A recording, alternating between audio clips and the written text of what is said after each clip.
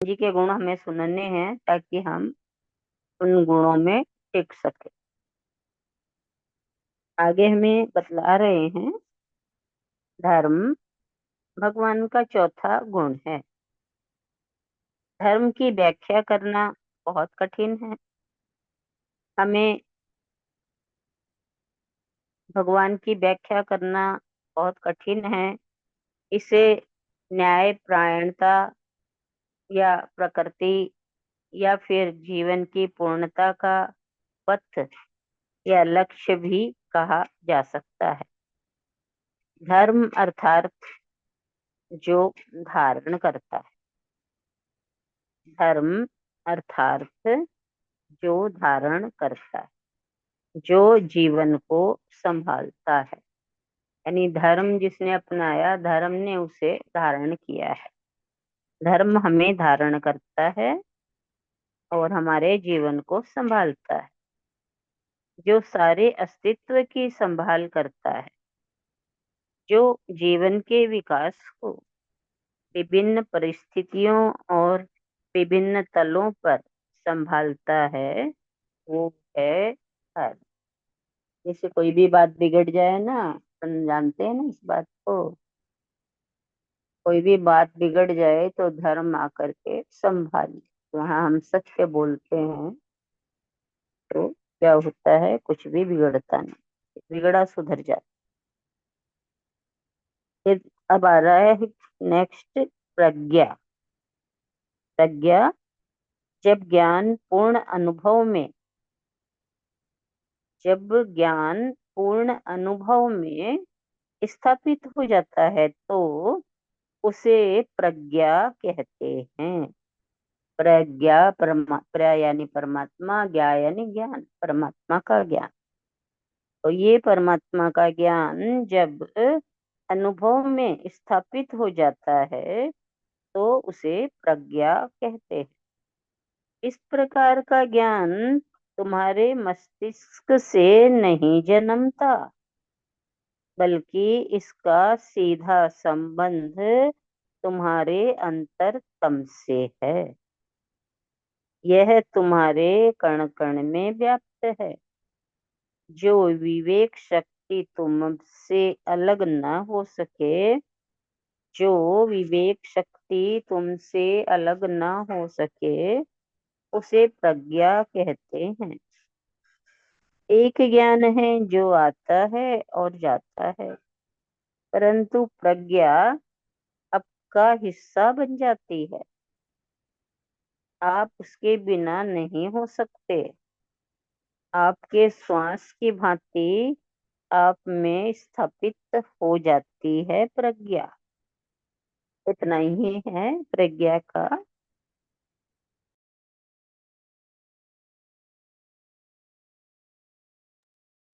फिर अगला है त्याग। छठा है त्याग। यदि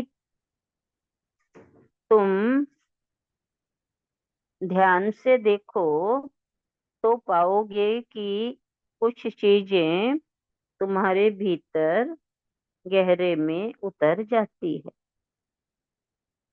तुम्हारे श्वास की भांति तुम्हारे साथ हो जाती है, हो लेती है।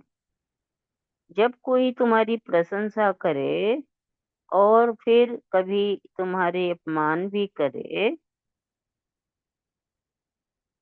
तो क्या चीज तुम्हारे भीतर अटक कर रह जाती है? अपमान ही ना। क्या चीज तुम्हारे भीतर अटक कर रह जाती है?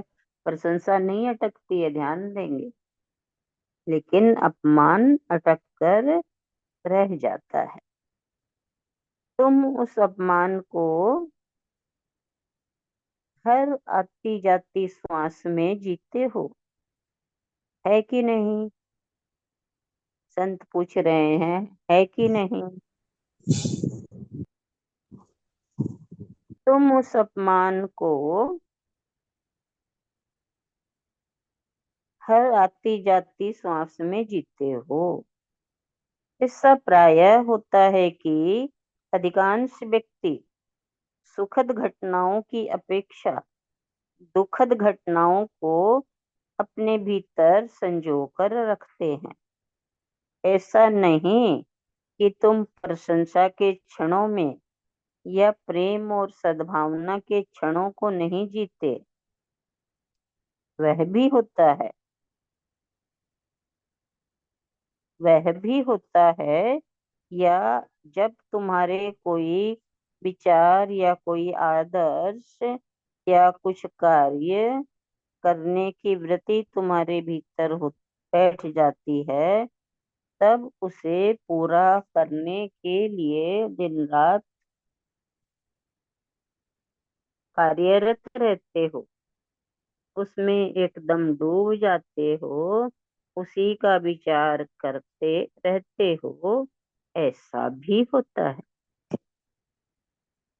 परंतु त्याग का अर्थ है तुम्हारी हर चीज को छोड़ सकने की सामर्थ्य। त्याग का अर्थ है तुम्हारी हर चीज को छोड़ सकने का सामर्थ्य।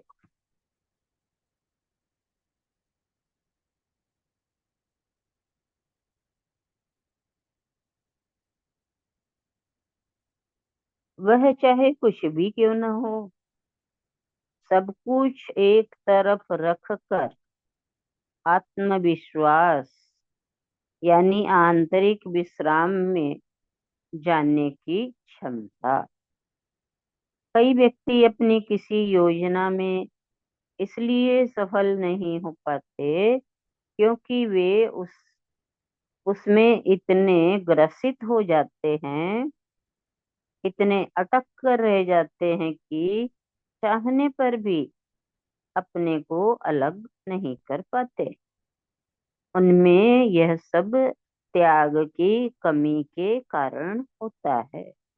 जरा सोचो, यदि तुम अपना सारा काम और सबसे प्रिय वस्तु और सबसे प्रिय वस्तु और व्यक्ति नींद में साथ लेकर जाना चाहे तो सो नहीं सकते।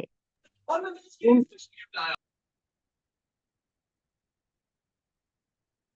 तुम चाहते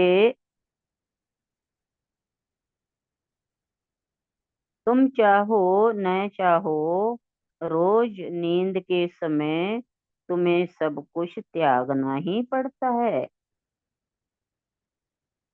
वरना तुम सो नहीं सकते। इंसोमेनिया यानी नींद न आना। नींद न आने की तकलीफ से सिर्फ वो व्यक्ति ग्रसित है जो चिंताओं को त्याग नहीं कर सकता। किसी भी वस्तु के साथ या विचार के साथ अटक जाता है, चिंता है। यही पकड़ हमें त्याग और उन्मुक्ति में उतरने नहीं देते। चिंता इसी पकड़ का नाम है कि नहीं? ऐसा क्या है इस पृथ्वी पर जिसे तुम ऐसे कसकर पकड़ के बैठे हो? तुम समझते हो तुम यहाँ पर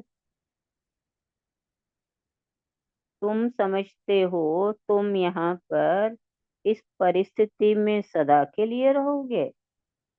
तुम्हारा यहाँ से कभी जाना निश्चित है? तुम तो इस संसार के सर्कस में एक जोकर के भाव में हो, एक जोकर मात्र हो।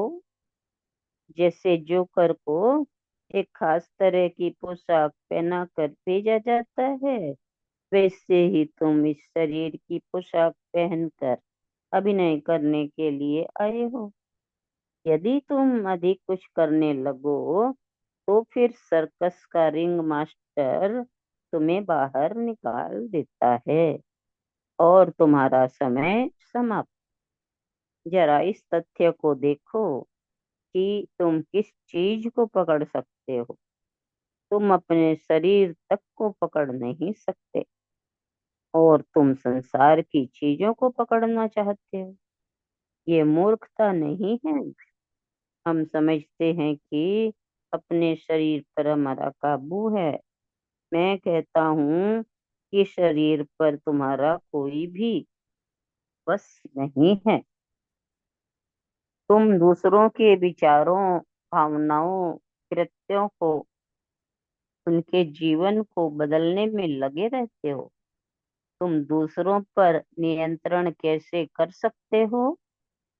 यह एक विरोधाभास है कि जितना तुम्हारा अपने जीवन पर कम नियंत्रण होना है, उतना ही तुम दूसरों के जीवन पर नियंत्रण करने की कोशिश करते हो। यदि एक बार किसी को अपने आप पर पूर्ण विश्वास, पूर्ण नियंत्रण हो जाए, तो फिर वह कभी दूसरे व्यक्ति पर, वस्तु पर अपना अधिकार नहीं करेगा। और वही पूर्ण स्वतंत्र है। त्याग का अर्थ है पूर्ण स्वतंत्रता में स्वयं जीना और दूसरों में भी उतनी ही स्वतंत्रता का उदय होने देना। यही भगवान है। नहीं लेते हैं।